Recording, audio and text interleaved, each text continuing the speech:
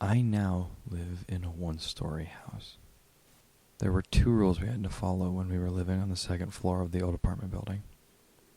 First, lock your door at night. And second, be very careful at the top of the stairs. These were natural rules, since despite the front door being locked, you had to be really sure if 2 full doors of neighbors don't leave the door unlocked, especially during the night.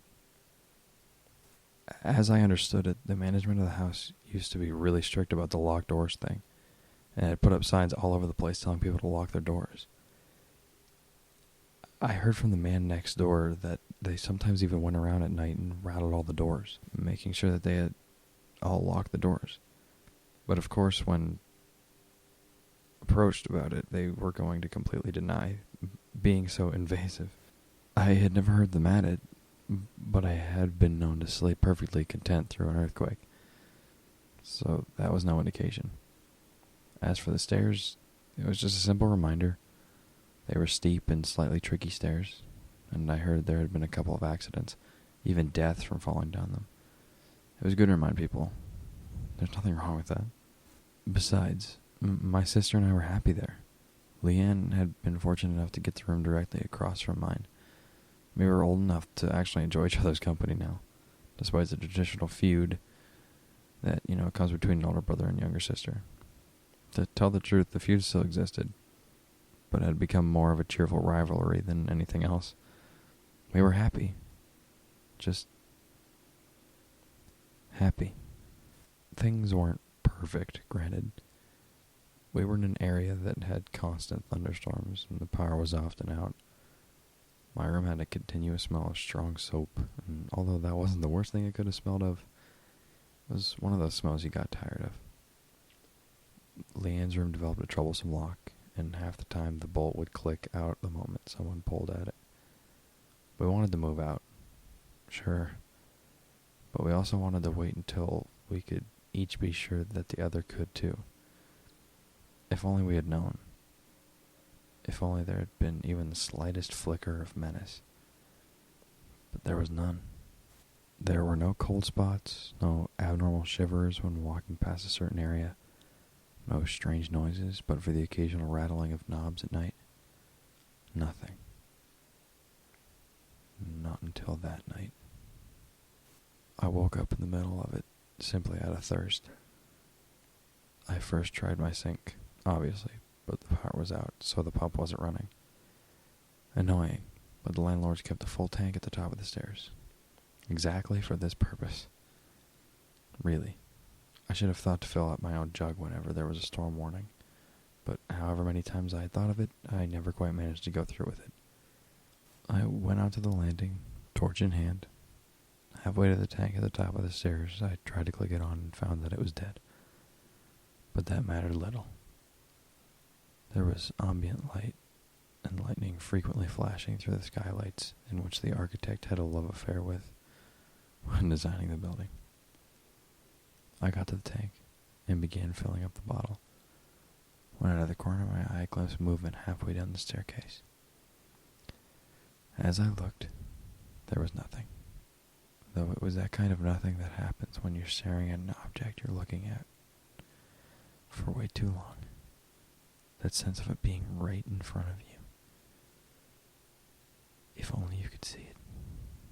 Then, by the flash of the lightning, I saw what was really there. It was crawling. It had to. As it had no legs. It was just a torso, cut off right above the hips, reaching out with both hands and pulling itself up the stairs, one at a time.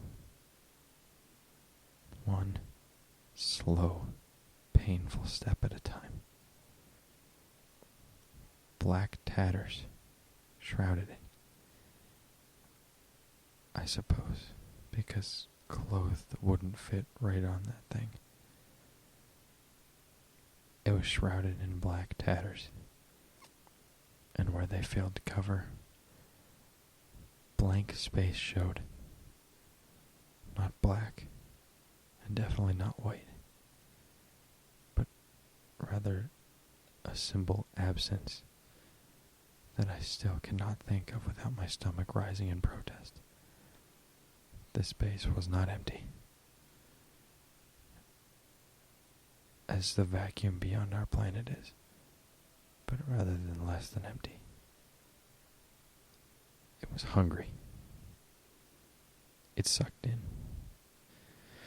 Opposite, all that was material and physical. Then the lightning flash faded, but I could still somehow perceive its shape, continuing up the stairs. Even as I turned to run, another flash lit the room, and as though it had sensed my intent to flee, it lifted its head, and I'm sorry, I can't. I will never set to word, neither spoken nor written, my full description of its face, for lack of a better word.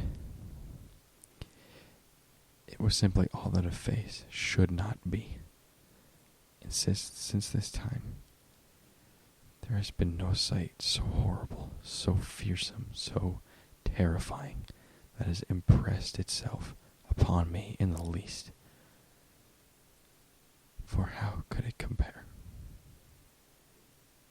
That is the one triumph, I suppose, that I bring from that night. Out of all its horror, I shall never again be cowed by the sight of evil, for the worst done by man is but the palest reflection of the visage that faced me then. I ran. What else could I do?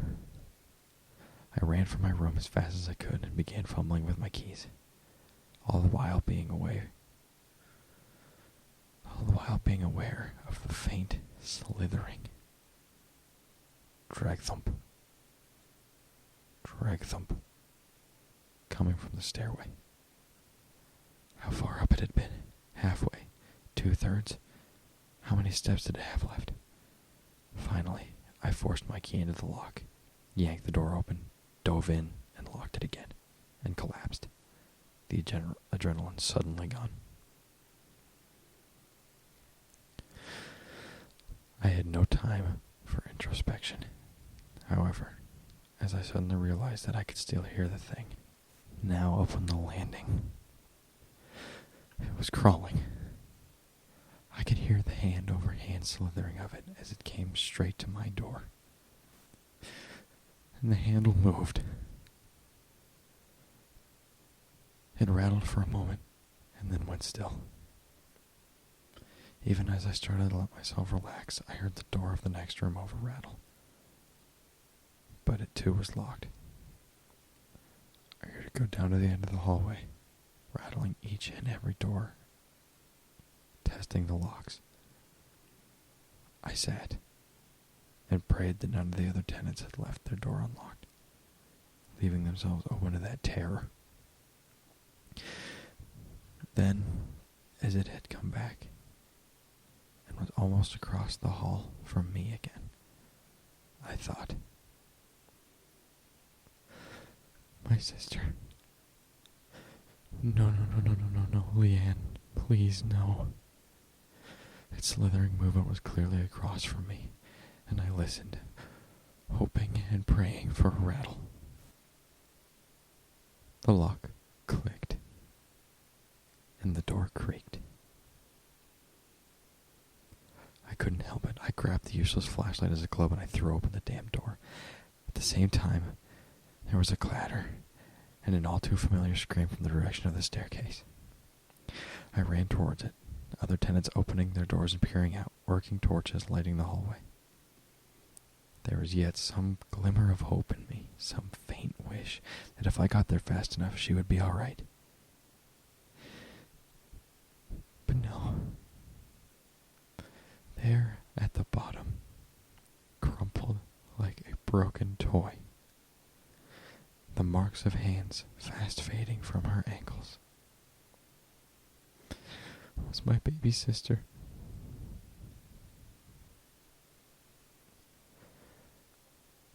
I now live in a one-story house.